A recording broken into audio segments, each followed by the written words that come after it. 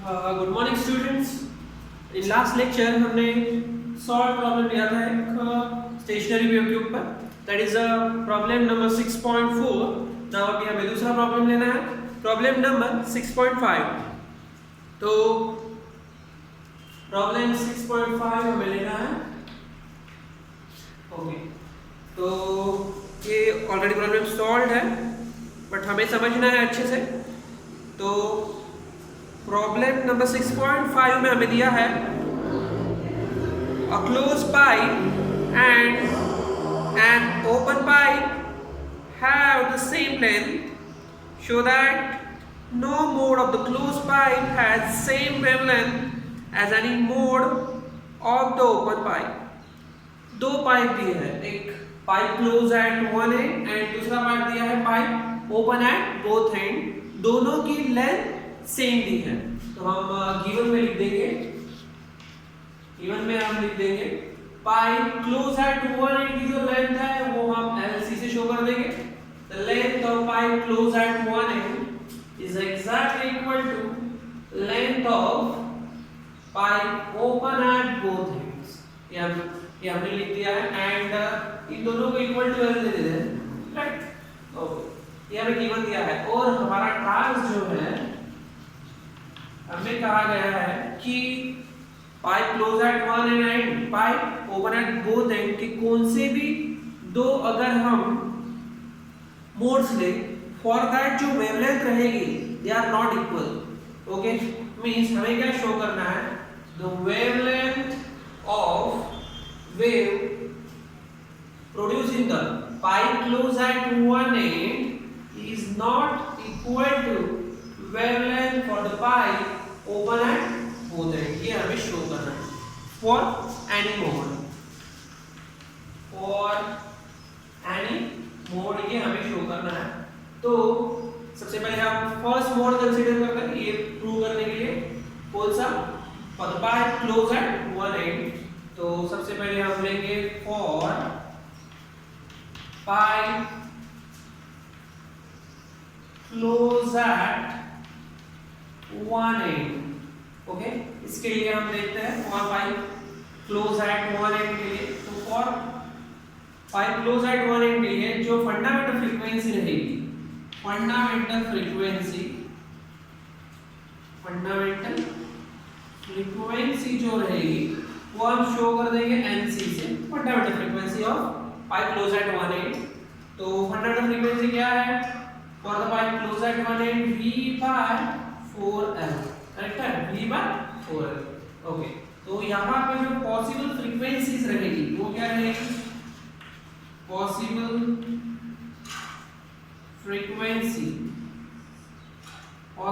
Frequencies हमको पता है odd multiple of fundamental frequency are produced, means all harmonics are present, means n, okay, 3n, 5n and so on, आपको पता है ये, ठीक है, राइट।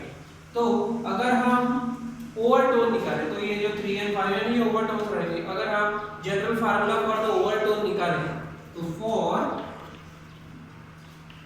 पीक ओवरटोन, यानी कौन सा भी overtone, first overtone, second overtone, कौन सा भी, पीक की वैल्यू लेंगे हम 1 से स्टार्ट होगी 1 2 3 4।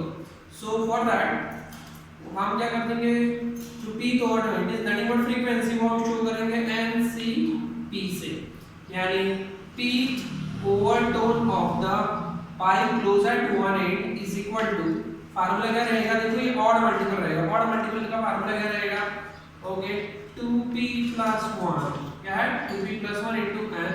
तो ये हमारा जो n है it is the fundamental frequency of the pipe close at one and, वो हमने NC से शो कर दिया, दैट्स व्हाई मैं NC कर दूंगा यहाँ पे, करेक्ट है। ओके, नाउ इस NC मींस जो ओवरटोन है, पीक ओवरटोन, इसको हम वेवलेंथ के फॉर्म में लिखेंगे। आपको पता है फार्मूला V = क्या है, n लैम्डा, करेक्ट है, तो लैम्डा = क्या होगा, V/n। ओके, तो हम इस n को या फिर यहाँ से हमको n फाइंड करना है, सॉरी, तो n = क्या होगा, V/λ, यानी हम n लिखेंगे इन टर्म्स ऑफ लैम्डा, कैसे लिखेंगे, NC ये पिच ओवरटोन के लिए फ्रीक्वेंसी कैसे लिखेंगे हम, v बाय लैम्डा c, ठीक है। क्लोज पाइप लिखते हैं, दैट्स व्हाई लैम्डा c, और v velocity of sound in air वो सेम ही रहेगी, दैट्स व्हाई v लिख दिया मैंने, and 2p plus 1 and c, correct है? Okay, now so suppose this is our equation number 1, correct है? Right. Now same thing हम लिखेंगे for pipe open at both ends के लिए, तो for pipe open at both ends के लिए लिखेंगे हम सेम प्रोसेस हमें करना है। तो फंडामेंटल फ्रीक्वेंसी क्या रहेगी, fundamental frequency, okay, for fundamental frequency for pipe open at both and के लिए वो हम शो कर देंगे एन ओ से, क्योंकि ओपन एंड है तो उसके लिए क्या आती है, v बाय 2l आती है, करेक्ट है, v by 2l। Okay, now possible frequencies देखेंगे हम यहाँ पे। सो पॉसिबल फ्रीक्वेंसीज कौन सी है, all the harmonics are present means n, 2n, 3n, 4n, so on, okay। तो आपको पता है 2n first overtone, 3n second overtone, 4n third overtone, okay. तो यहाँ पे अगर हम फॉर पिच ओवरटोन लेंगे, जैसे हमने यहाँ पे दिया for pitch overtone means n pitch, but कौन सी फ्रीक्वेंसी है, ओपन एंड के लिए, दैट्स व्हाई एन ओ यहाँ पे आ जाएगा, ओके।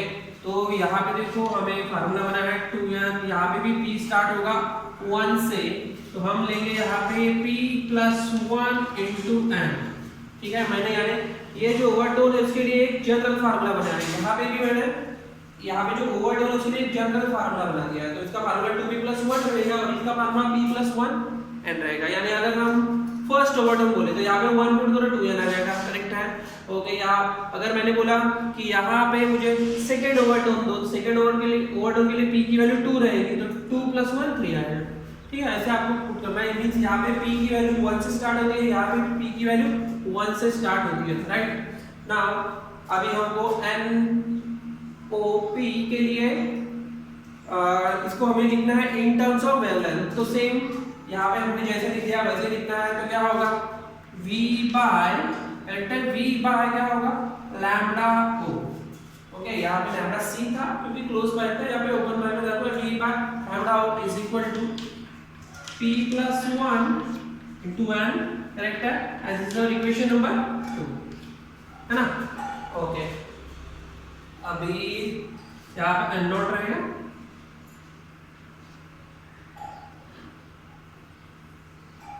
ओके। तो यहाँ पे देखो अगर इफ, ये हमें प्रूव करना है, इफ हम ऐसा बोल देते हैं lambda c is equal to lambda not, okay.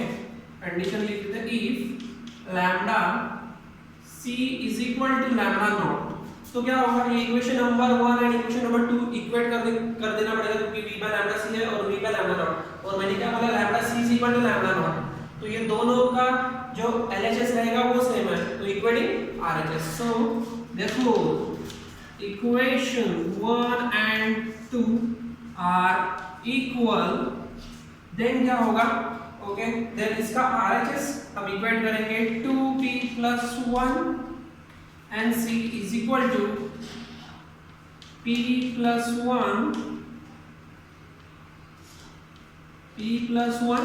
and not, correct है। नाउ यहाँ पे देखो अभी nc is equal to v by 4 and not is equal to v by 12, ठीक है। तो अगर मैंने nc की वैल्यू पुट की, क्या आती है, 2p plus 1 v by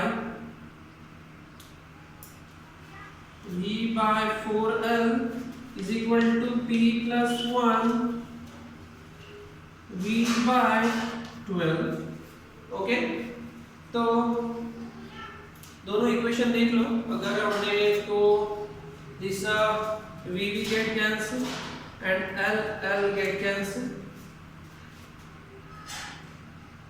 तो अगर मैंने इसको 4 से डिवाइड कर दिया तो एक्चुअली करने की जरूरत नहीं है, क्या रहेगा 2t + 1/4 is equal to t + 1/2। Okay, अभी दोनों भी सेम देखना है कि ये दोनों भी क्या सेम रहेंगे। ओके, यहाँ पे अगर मैंने 1 पुट कर दिया है तो क्या रहेगा 3/4, ये 2/2 हो जाएगा। देखो p की वैल्यू अगर मैंने 1 पुट की तो कितना होगा 3/4 और ये 2/2 means 1। Okay, means these are not equal। okay, it is not possible, this is not possible। तो इसका मतलब अगर ये पॉसिबल है, इसका मतलब ये जो हमने कंसीडरेशन किया है it is not possible. So this is not possible. So from that we can say that this wavelength lambda c is not equal to lambda naught। so यहाँ पे हम लिख देंगे लास्ट में portion, therefore lambda c is not equal to lambda naught। so this is our proof। it is asking for 3 marks। okay, very simple। just first आपको क्या करना है, for the pipe closed at one end के लिए process follow करना है and for pipe open at both end के लिए प्रोसेस फॉलो करना है। then अगर मैंने इसको इक्वल किया तो दोनों भी इक्वेशन नंबर 1 और 2 इक्वेट करना है। फिर इक्वेट कर दिया तो क्या मिलेगा आपको, देखो this 2p + 1 nc is equal to p + 1 n naught, 2p + 1 v/4l। ये nc की वैल्यू पुट की है हमने यहाँ से, यहाँ पे n naught की वैल्यू पुट की है मैंने यहाँ पे, v l get cancel. Okay, जो रिमेनिंग रहेगा इट इज नॉट इक्वल क्योंकि these are not possible।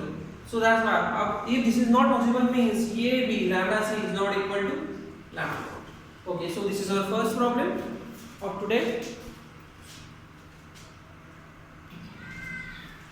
now next problem लेंगे हम एग्जांपल नंबर 6.6 हमें लेना है। तो इसमें क्या दिया है, क्या दिया है इसमें, a string is fixed at both ends, that is the what is the ratio of frequency of the first harmonic to that of second harmonic। यानी आपको गिवन में एक स्ट्रिंग दी है which is fixed at both ends, ऐसी आपको string दी है and आपको बोला है what is the ratio of frequency of the first harmonic to that of second harmonic। यानी स्ट्रिंग वाइब्रेशन के लिए आपको पता है हमको जो टास्क दिया है वो क्या है, उसकी fundamental frequency means first harmonic. Okay, इसकी फंडामेंटल फ्रीक्वेंसी हम शो कर देंगे n से। ओके, और इसका रेशियो फाइंड करना है किसके साथ, ओके, फर्स्ट हार्मोनिक का रेशियो करना है, रेशियो फाइंड करना है आपको सेकेंड हार्मोनिक के साथ। सेकेंड हार्मोनिक को हम शो कर देंगे n1 से, ठीक है। ओके, तो सेकेंड हार्मोनिक का एक्चुअली आपको ये पता है, वेरी सिंपल। तो ये fundamental frequency means first harmonic n1 and second harmonic. तो ये है हमारा फर्स्ट हार्मोनिक और this is our second harmonics. इन दोनों का रेशियो फाइंड करना है। This problem is asking for 2 mark. Okay, तो सबसे पहले हम first harmonic means fundamental frequency find करेंगे। What is the fundamental frequency? Fundamental frequency, okay, fundamental frequency का फार्मूला क्या है? n is equal to 1/2l √T/m, correct है? Okay, now इस फंडामेंटल फ्रीक्वेंसी को हम क्या बोलेंगे? First harmonic. Okay, now second harmonic हम फाइंड करेंगे। सेकंड हार्मोनिक्स n1 से शो कर देंगे। n1 इज इक्वल टू क्या होगा फार्मूला? सेकंड हार्मोनिक यानी क्या होता है? 2n होता है ना? सेकंड हार्मोनिक यानी 2n, तो 2 into n और n की वैल्यू क्या है? अभी आई है 1/2l, राइट, √T/m, है ना? ओके, नाउ अभी क्या करना है? हमें इन दोनों का रेशियो लेना है। Means fundamental frequency to first harmonic to second harmonic means therefore ratio लेने के लिए n बाय n1 हमें करना पड़ेगा। n बाय n1 क्या रहेगा फिर n की value 1 by 12 under root t by m divided by n1 की value 2 into 1 by 12 under root t by m, correct? These all get cancelled. What is remaining is 1 by 2 means n1 by n by n1 का ratio कितना रहेगा 1 by 2, so n as to n1 is equal to 1 as to 2. So this is our answer. Okay, very simple problem. Okay.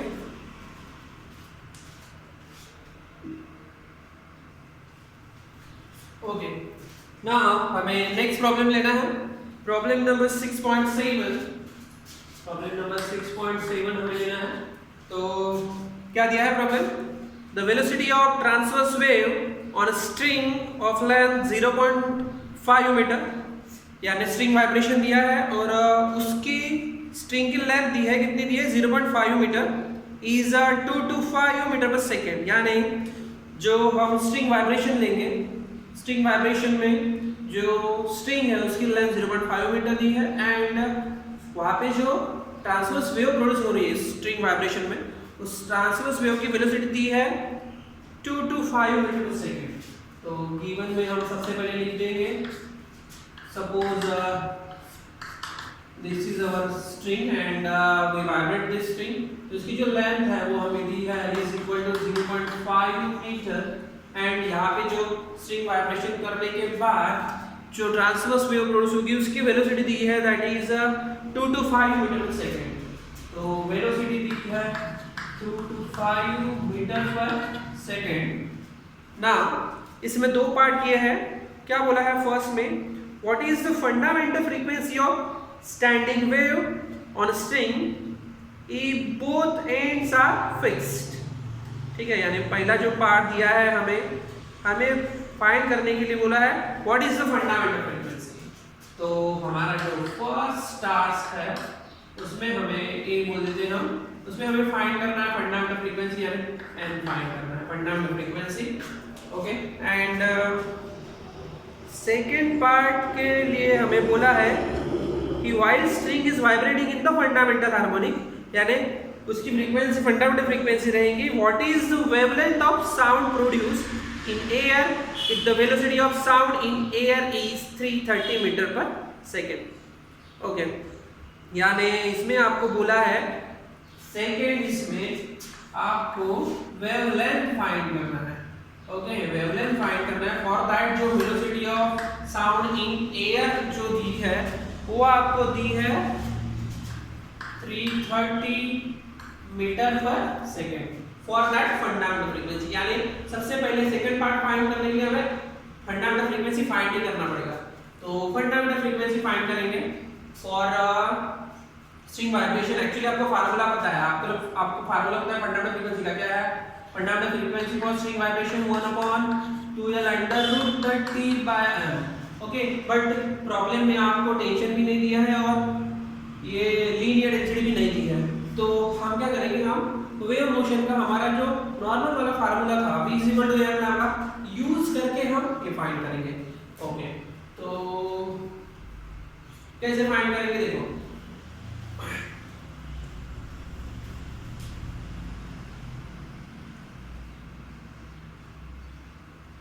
Okay, तो अगर ये fundamental frequency हमें find करना है तो फर्स्ट मोड लेना पड़ेगा, यानी बीच में हमें वाइब्रेट करना है तो वेव ऐसे दिखेगी, राइट?